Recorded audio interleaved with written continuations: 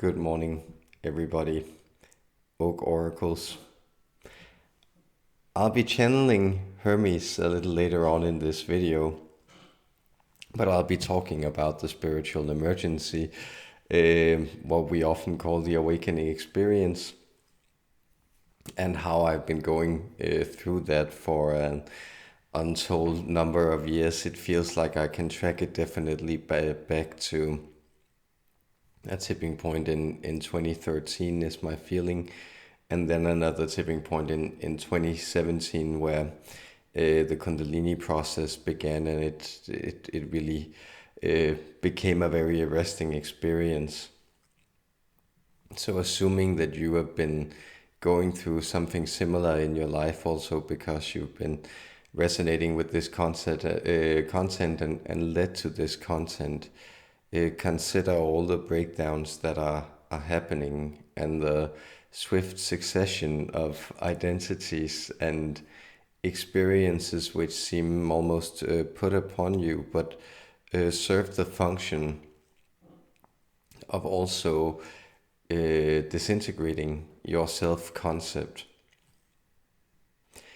Because the shape it has taken for me has been a lot of surprising, extreme, and often very, very challenging experiences, both physically, where I've experienced many, many strange symptoms, and also got a lot of health checks on that account, an MRI and loads of EKGs and similar, and all those came out clean. So in that way, I'm healthy and sound, but that has been ongoing with all these very powerful energetic experiences and feelings of fainting or going out of mind.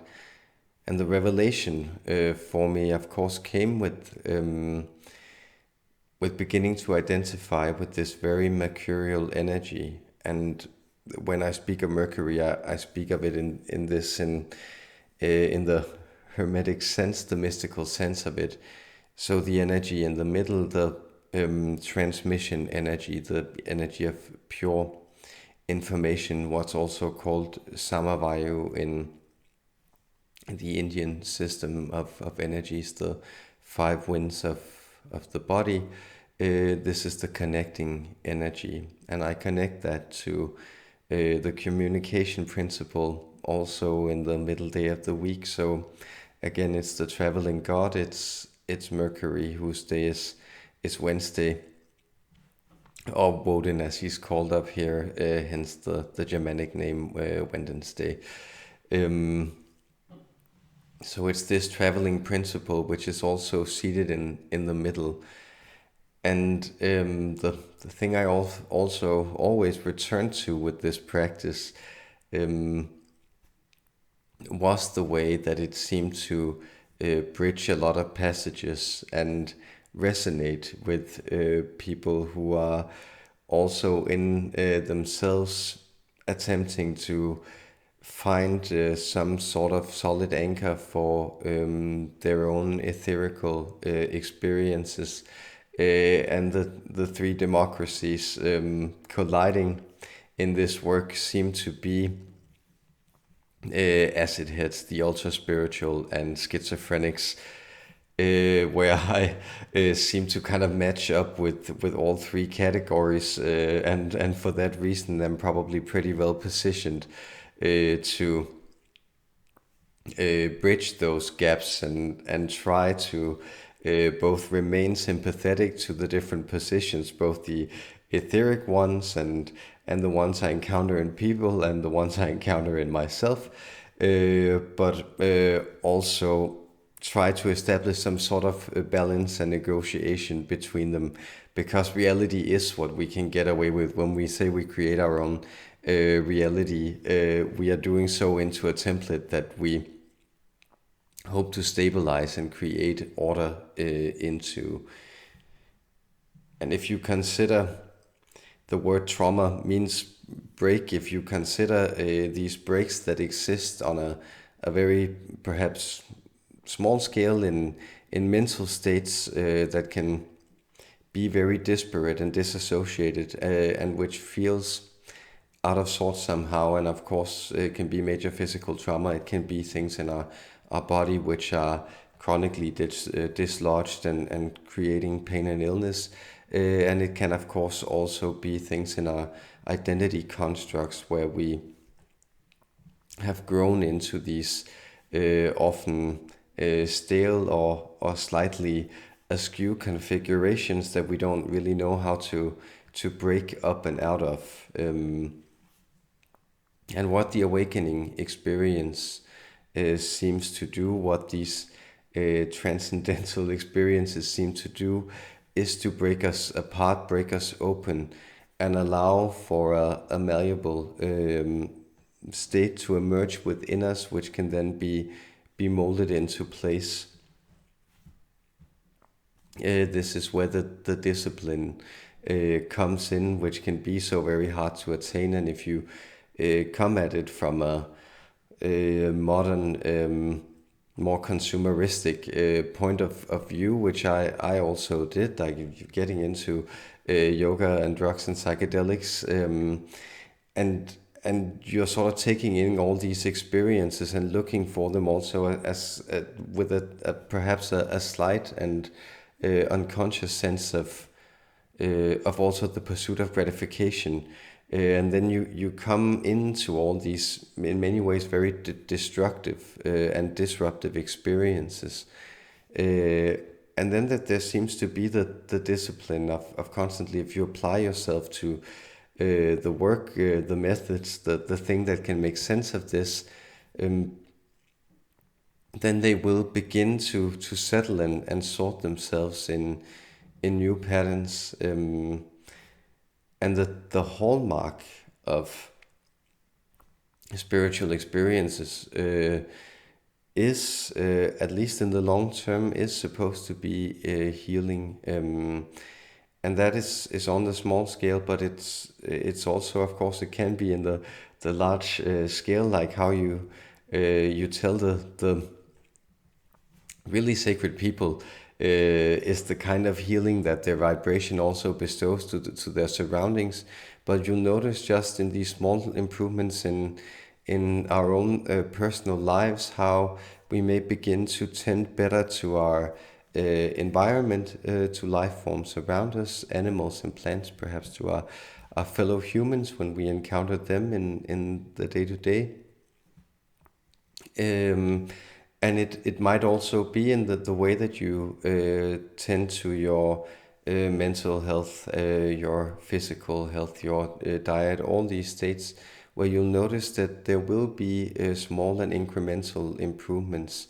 And so I've noticed, for instance, with what is called the sadhana, the personal spiritual practice, which was something that I had to coerce myself into doing, force myself into doing, often having long negotiations about when I'd do that yoga session that I wanted to get through daily.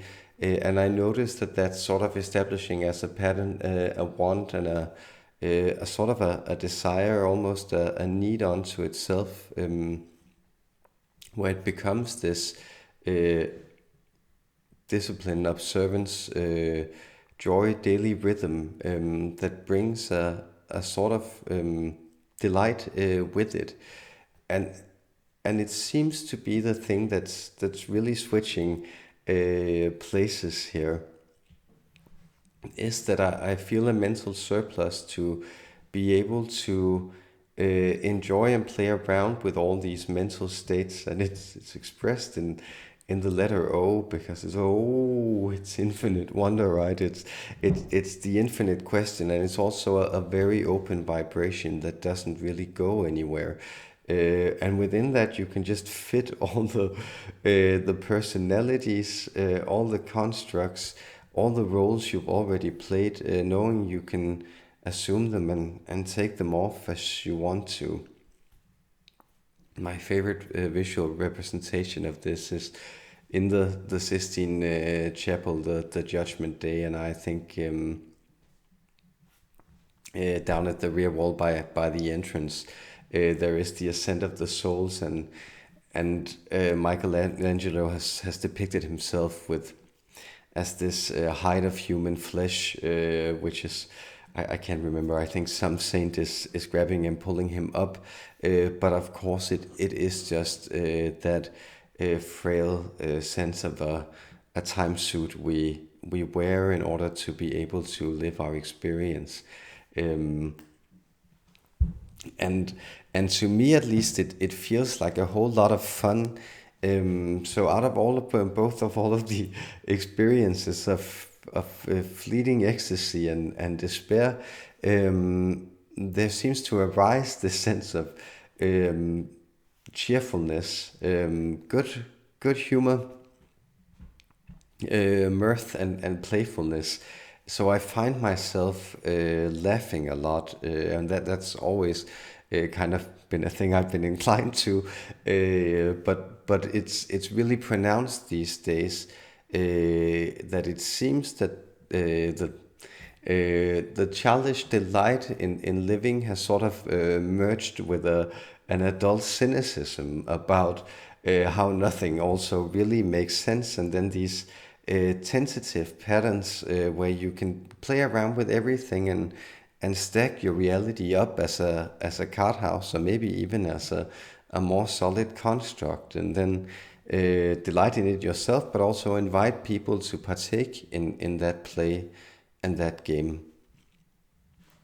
And that seems to be what I'm assigned to do in this work, and with the channeling in general. It's to form these bridges and allow people to gain a more playful, a freer understanding of themselves, and how this is achieved is through a sort of partially an encouragement and a reminder of your eternal nature, but also a disruption, a sense that there's something there which you can't quite make sense of, and if you have that feeling, it means that you are on track, because it means that you're interacting with something that can't be reduced to the templates and ideas you have about reality already, or the ideas about yourself, but you're trying to fit something unknown into a wider structure. And the structure is always there, but I think it's rare that we are able to grapple with it in its totality. So we make representations of it, and then we get caught up in these representations. And personality is a very dynamic representation of a concept. It seems to be the thing which is both idiosyncratic and breaks symmetry, but also is able to express the world in a contiguous and continuous whole. And this is why I'm so drawn to these ways of talking about and personalizing the world, which is what is so essential to the channeling. I hope this kind of forwarded some ideas along about the flexibility and malleability of our state, and I hope you kind of feel. I know it can seem a little like it's going in a lot of places, but that what I'm doing here with the oak oracles is also to dive into some of these more witchy, shamanic, pathological spaces where we are also irredeemably human and dealing with all of the strangeness that surrounds us in that. So it's not only the pure astral realms of divine harmony and love, but it's also all the witchy strangeness that we live through, and all these ways that names and titles and little spirits that surround us can be invoked and activated, and also meant to, if not serve us, then at least work with us in meaningful ways. I I greatly enjoy that, and that's why a lot of these deities, which are very concerned with the human experience, I feel perhaps also belong very much here on this channel, and why I like to indulge myself in working with them here. And then know, of course, that all these talks that I'm doing now is actually also me building up to relating to you in more detail how I, at least for a series of days last year, felt like I had been possessed by the god Hermes, among other things, and how I both got into and out of that experience. So there will be more divine possession to come. We'll talk about it, but let's check in with Hermes and see what he has to say. Much love to you out there, guys.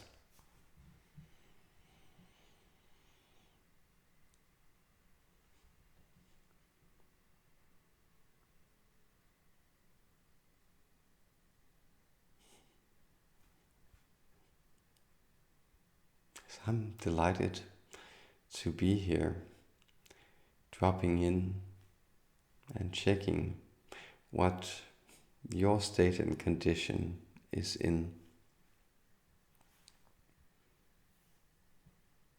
See the energy in the middle, as my friend here described me, is an energy which balances other energies. And the check-in is a balance. It's a place where you pass from one space to the other. It is a place where your account is established, and where you will have to return at some point to check out. I represent the eternal doorway of life, which you are all always passing through. And you are all always receding out of. And all of you fall back and forward, stumble into these passageways, and then retreat.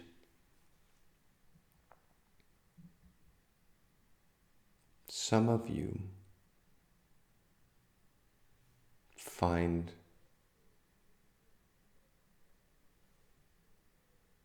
that your path back is blocked, and there is only one road forward. This happens to those of you who stumble onto the spiritual path, rather than using the term path. Let us say you fall into the spiritual stream, the raging river which rips you off and carries you downward. You've had this experience, those of you listening now. You've dipped your feet slightly once, and you felt the waters alluring. You felt them calling to you, beckoning you to feel them surround you, to experience the submergence into this holy, clear river of pure experience.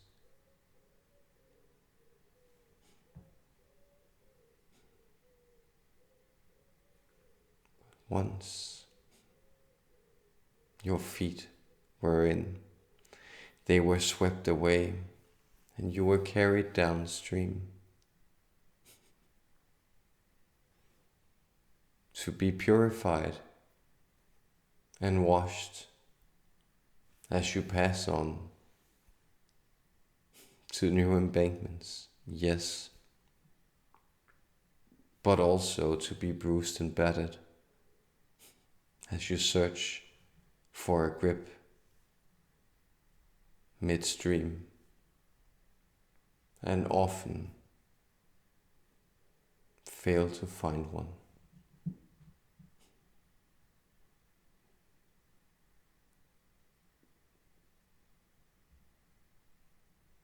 I am there guiding your path. I am the one keeping you to the middle and making sure that you are following this stream to where it is intended for you to once again pass out of. And so I guide your movement between destinations.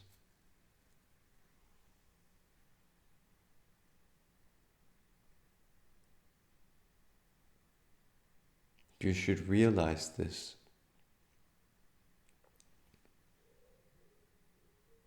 You have signed on to guidance.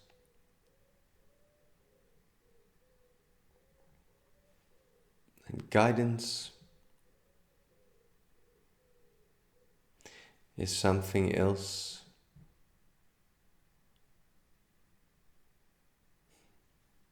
than intuition.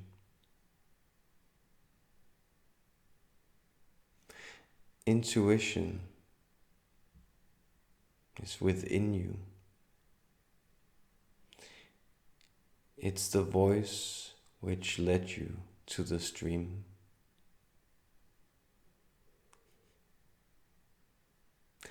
Guidance is from the outside. It's the voice which nudged you in by challenging you and questioning you.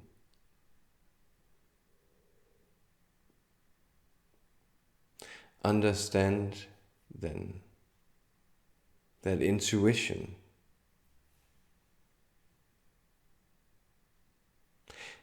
is often marked by simple integrity. Its value system is good or bad, safe or unsafe, nourishing or poisonous. And you should heed this within your system, knowing to consider when your inner guidance is off or when it is attracting you to something beneficial.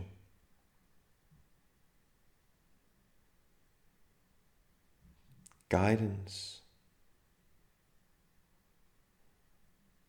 follows the logic of eternity. It has your soul's growth at heart. This is what it aims for. Therefore, guidance often comes in shapes of breakdown and restoration.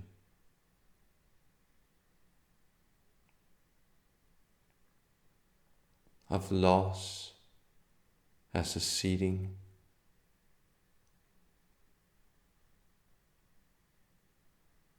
and harvest as a surprise return.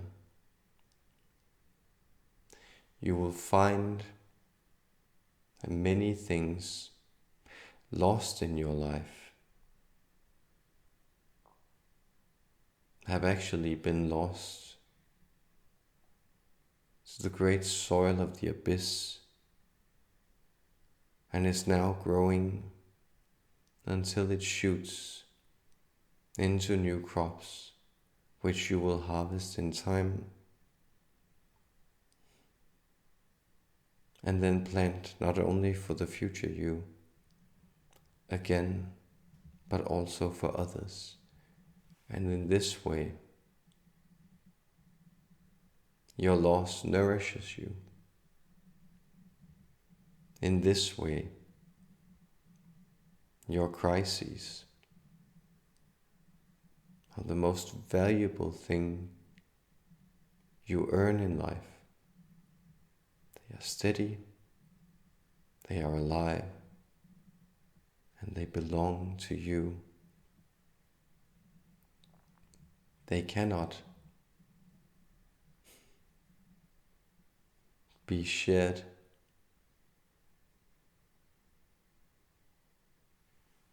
So you find that your personal life is actually one long crisis. You find that identity itself is a set of problems you're attempting to solve.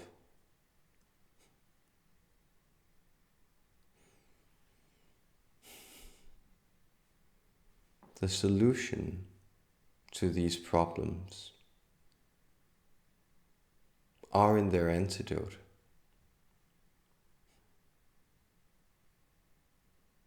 And so the antidote to personality and the problems you connect to it, the crises which preoccupies it and keeps it engaged as a system of maintenance.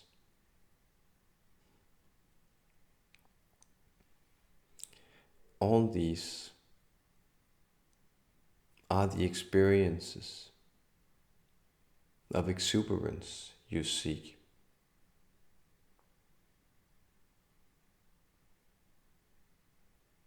Call it transgression, passing again through a doorway,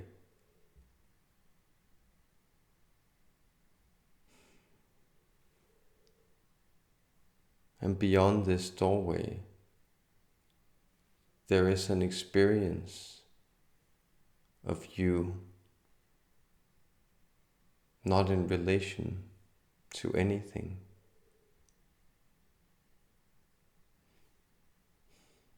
but expressing something fundamental.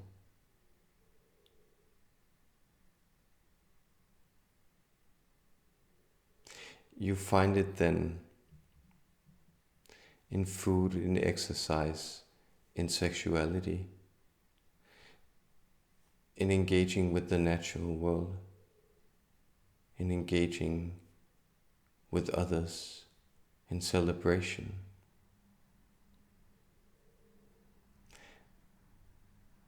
All these things bring you out of yourself, bring you into a space where the self is undefined. And by being undefined, it ceases to operate as crisis, as problems, as something which you must establish relationally. Instead, the antidote is the thing which brings you out of relationship with yourself and brings you instead into being, into a wider quality of embodiment. So you see, beyond personality, beyond all these doorways which I lead you through, there is an embodiment where you are no longer being carried down the river. You are no longer swimming through this river. You become the river yourself. This is the embodiment you seek, always being the entirety of inconsistencies and relationships within you rather than without. And in this sense, guidance, the voice of the soul, which often brings you hardship, displeasure, trials and troubles, it merges with intuition. And so intuition becomes oriented towards establishing these bonds of meaning with eternal reality itself. And this bond of meaning is established through embodiment, through the expression of the universal flow in its particular form as it moves through you. You are not in relation to that. You are that, and you express it. So intuition, guidance, and self become one. And in one, you feel this happy connection to life at large.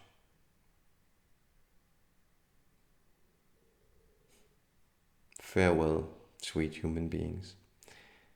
I, the messenger of the gods,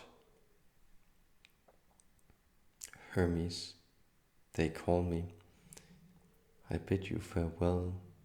I send you our love, and I have granted you wisdom this day. Goodbye.